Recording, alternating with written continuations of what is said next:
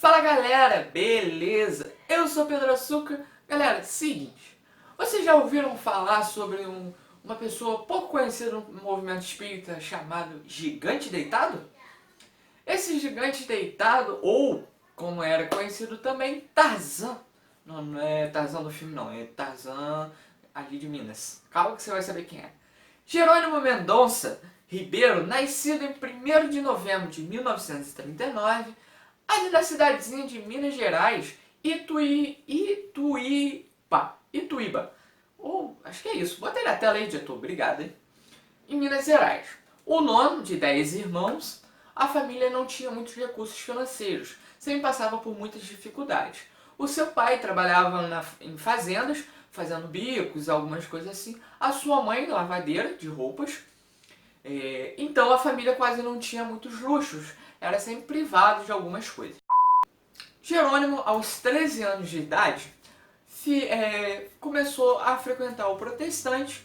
Aos 13 anos, aos 15 anos, passa por uma dificuldade muito grande, que é o falecimento da sua avó. E ele ficou sem sentido, assim, sem sentido eu digo, sem saber para onde ir, o que acontece. Ele começou a se perguntar qual é o propósito da vida, aonde que, depois da vida, o que acontece. E um amigo dele viu essas perguntas íntimas dele, chegou para ele e falou: cara, vamos ali no espiritismo? Vamos ali que a gente tira suas dúvidas, a gente senta, conversa por horas e eu tento tirar o máximo de dúvida que eu puder. Jerônimo fez isso, começou ali a sua trajetória dentro do espiritismo. Jerônimo, aos 17 anos, como ele sempre gostava todo final de semana ou durante a semana, jogar uma bola. Sempre tá ali no futebol. Só que ele começou a sentir muitas dores na articulação, principalmente no joelho e no tornozelo. Às vezes no tornozelo ficava muito inchado. A família, preocupada, foram correr atrás. E ele foi diagnosticado com uma doença. A doença o editor vai colocar de novo aí na tela porque eu esqueci de anotar o nome dessa doença. Ele foi diagnosticado. Essa doença não era muito rara, mas como a gente está falando no início da década de 50 para 60, era muito complicado isso. Era muito difícil. Qualquer tipo de tratamento era muito complicado. Então ele vivia na base de remédios. E ele não parava de jeito nenhum em trabalho, em emprego, porque as dores eram imensas. Ele foi balconista, redator, chefe de revista, mas nunca conseguia parar emprego nenhum. E Pedro, por que ele era conhecido como Tarzan? Porque ele adorava ir nos cinemas. E ele gostava muito nos finais de semana ir ver um bom filme, alguma coisa. Ele gostava muito do filme do Tarzan. Ele tinha na época um porte físico muito grande, então ele começou a... Aí o pessoal começou a chamar ele de Tarzan. E um parentezinho, numa época ele foi na reunião de Chico, no centro onde que Chico fazia as cartas consoladoras, veio uma mensagem para ele. Chico começou a ler, falando que era para ele se preparar, porque ele ia passar por umas dificuldades muito grandes e tal. No final, veio assinado como Tarzan. Chico pegou a mensagem, essa mensagem aqui é pro Tarzan. Levou um susto, porque ele levou um susto e ficou desesperado.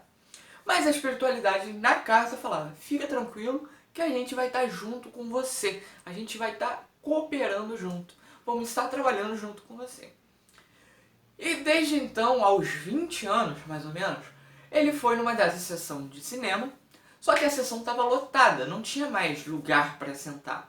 Então ele ficou em pé. Só que no final da sessão, a sessão durou umas 4 horas, ele não aguentava mais ficar, não conseguia, quer dizer, ele não conseguia andar de tanta dor que ele estava sentindo, muita dor mesmo.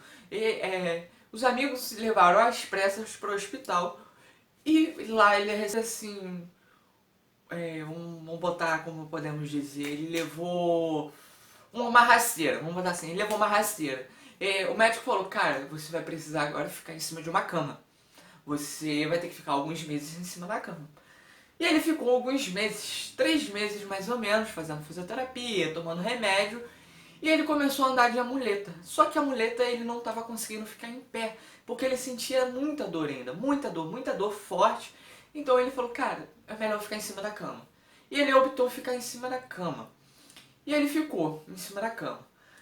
E os amigos, né, daquela situação, as dores insuportáveis, que ele sempre coisa.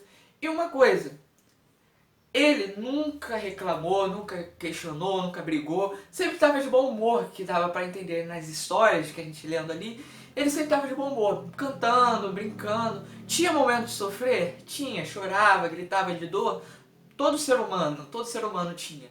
Os amigos criaram um sistema de colocar um saco de areia em cima do peito dele, para tentar, na época, aliviar um pouco das dores. Só que não aliviava, porque ele tomava inúmeros remédios, mas nenhum dava jeito. O amigo dele viu essa situação, falou, cara, pô, Tarzan foi... sempre gosta de ir no cinema, gosta de passear, agora ele tá em cima de uma cama, como que a gente vai fazer? Um amigo comprou uma Kombi e falou pro Tarzan, falou, cara, eu comprei essa Kombi pra te levar nos lugares, pra você ir ver palestra, pra você ir coisa. O amigo só pensou que era pra sair e ver palestra, sendo que o propósito que esse cara tinha era muito maior. Ele começou a ir da palestra em cima da maca, em cima da cama, em cima da cama. Os caras botavam dentro da Kombi ele e ia dar palestra pelo Brasil todo. Ele fundou o Centro Espírita, ainda ele tinha visão, calma que eu vou explicar. Ele fundou centro, ele psicografou, ele escreveu livros, eu não sei se foi psicografia ou escreveu, acho que foi escreveu livros como, por exemplo, deixa eu pegar minha colinha aqui, cadê? Crepúsculo de um Coração, Cadeira de Roda, Nas Pegadas de um Anjo, Escalada de Luz, De Mãos Atadas com Jesus e 14 anos depois. Esses foram alguns trabalhos dele. Galera, essa parte aqui de Jerônimo vai ser a parte 1. Vai ter a parte 2 para não ficar muito longo. Então, se você gostou dessa parte 1, deixa o seu like, compartilha, comenta com seus amigos, se inscreve no canal, ativa as notificações e até nos próximos.